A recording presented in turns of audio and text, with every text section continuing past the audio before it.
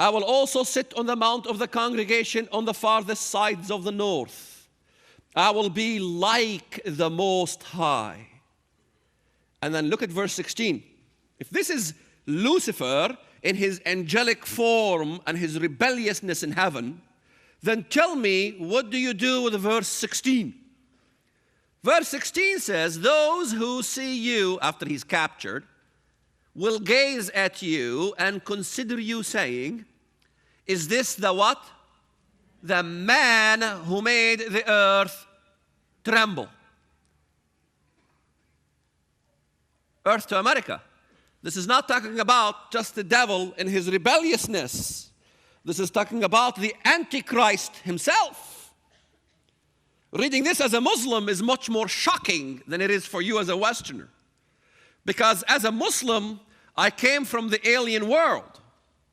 I feel like Captain Spock. I know how the aliens think, but I'm coming here to tell all the Captain Kirks what is the problem, that they don't understand this manuscript, and those parts of the manuscript is regarding us, the aliens. So Captain Spock to Captain Kirk, open your ears. Is this the man who made the earth tremble? It's speaking of the Antichrist. But as a Muslim, we believe that the spirit of the Mahdi, when he comes to usher in those 7 years in which the end will be the destruction of all the Jews, in that spirit, what we believed is that this is Muhammad coming back again. Because Muhammad, the Prophet of Islam, he says the Mahdi will come. He will have my spirit. It's the same person. I know most Westerners think, when they think of this thing called Mahdi, they think of Ahmadinejad coming to the United Nations. Ahmadinejad spoke at the United Nations, and he was talking about the ushering of the Mahdi. This is not theory anymore. They're talking about this stuff.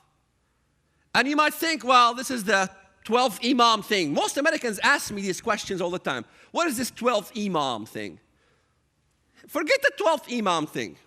There's different schools of thoughts regarding the Mahdi within Shia. But let me tell you something. Every Shia and every Sunni in the world believes in the coming of the Mahdi. The belief in the coming of the Islamic Mahdi is as the belief for a Christian as the coming again of Jesus Christ. So, can you tell me how many Christians claim to be Christians don't believe in Jesus coming again? All Muslims across the board. In fact, sometimes I take a few Captain Kirks with me and show them the reality. One time I spoke at a church, and I went to this coffee shop, and there was a rabbi and a pastor. It was an Israel event thing, you know. And they were talking to me, and they said, you know, we've been coming to this coffee shop all our life. The owner is Palestinian, Arabs, and they were just so wonderful to us. They're so nice, and we had never had a problem. So the waiter comes, he's from the Middle East, and I began to talk to him in Arabic. I said, Assalamu alaikum. Wa alaikum assalam. I said, okay. I began to gossip about these two Captain Kirks sitting at the table. I said, what do you think? You know, I've never seen something like this. I mean, a rabbi with a priest. Can you believe that? What do you think of those two guys? When you speak in Arabic, you'll get the truth. Forget what they say in English. Rule number one. You got to get what they say in the Arabic. I said, what do you think? The Prophet Muhammad says that the day of judgment is going to come, and they're going to kill the Jews and cut their heads off and this and this and that. What do you think of these guys? He says, yes, we will cut their heads off, but we have to wait for the coming of the Mahdi. What did he say? He said, what he said basically is that enjoy the services here. We have hamburgers, French fries, cheeseburgers, steaks. You're not on the menu yet. Even the most moderate of all Muslims. I was sharing a platform with Mr. Woolsey, ex-CIA, just the other day. And they're always looking for this moderate Muslim. Everybody's looking to find a moderate Muslim. In search of the moderate Muslim. This is a book I should even write. I had debates with moderate Muslims galore. I was at a synagogue. on Yom Kippur? Judah Jasser. He is a prominent doctor who speaks as a moderate Muslim. And I remember he finished his speech, nice speech, Mr. Jasser. Took him aside, began to talk to him a little bit. I says, Mr. Jasser, did the Prophet of Islam kill the Jews in Saudi Arabia? Now, remember, every question I ask is a Jesus-style question. You're in checkmate. If I ask you today questions, realize ahead of time you're in checkmate. You can't answer the question. I learned that from Jesus. And you ought to learn it too. It's a very good habit. Did Muhammad kill the Jews of Saudi Arabia? If he says no, then he's no longer a Muslim because he denied what Muhammad did. He denies the hadith. He denies the annals and the writings of the Islam and the Quran and the hadith. He's no longer a Muslim. Of course, he had to say yes. Question number 2. How do you justify it? How do you justify it? He says, well, we all know they had a fair trial. I said, how interesting. How interesting. Europe came to confess that the Jews had no fair trial. Everybody in the world began to confess that Israel had no fair trial except the Muslim world. Even a moderate Muslim. The lie number 1 is that there is something called moderate Islam. It doesn't exist. Mr. Woosley of the CIA just last week, he says, well, about Qabbani, another name he throws in, Qabbani. Qabbani, he's a very moderate Muslim. I said, no, okay, I'll send you some stuff. Qabbani wrote a book on the Islamic eschatology.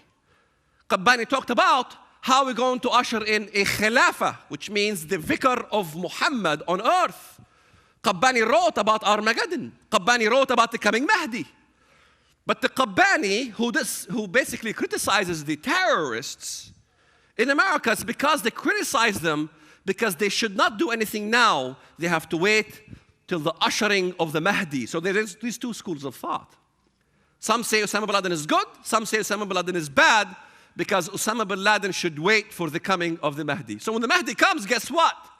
All your so-called moderate Muslims are no longer moderate. Good luck. Is that who you want to stand with? Is that your hope? Is it moderate Islam? There is no such thing as moderate Islam. But why is there moderate Islam? Why is there this whole hoopla and talk about moderate Islam and Islamic democracy and what have you? Well, you have to look at the Bible. Because I'm not interested here to come to you today and talk about Islam or bash Muslims. I'm here today to talk about what the Bible says regarding Islam. Nobody talks about the subject.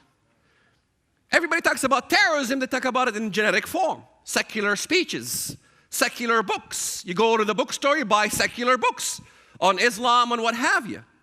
But there has not been any books written regarding what the Bible says regarding Islam, this whole concept of the Mahdi, the Antichrist, and how to witness to Muslims from a biblical perspective. So I began to work very hard. I began to write how Muslims become Christians. If I sit down with Brother Kamal and we talk about the Bible, we talk about the Bible a little different than you.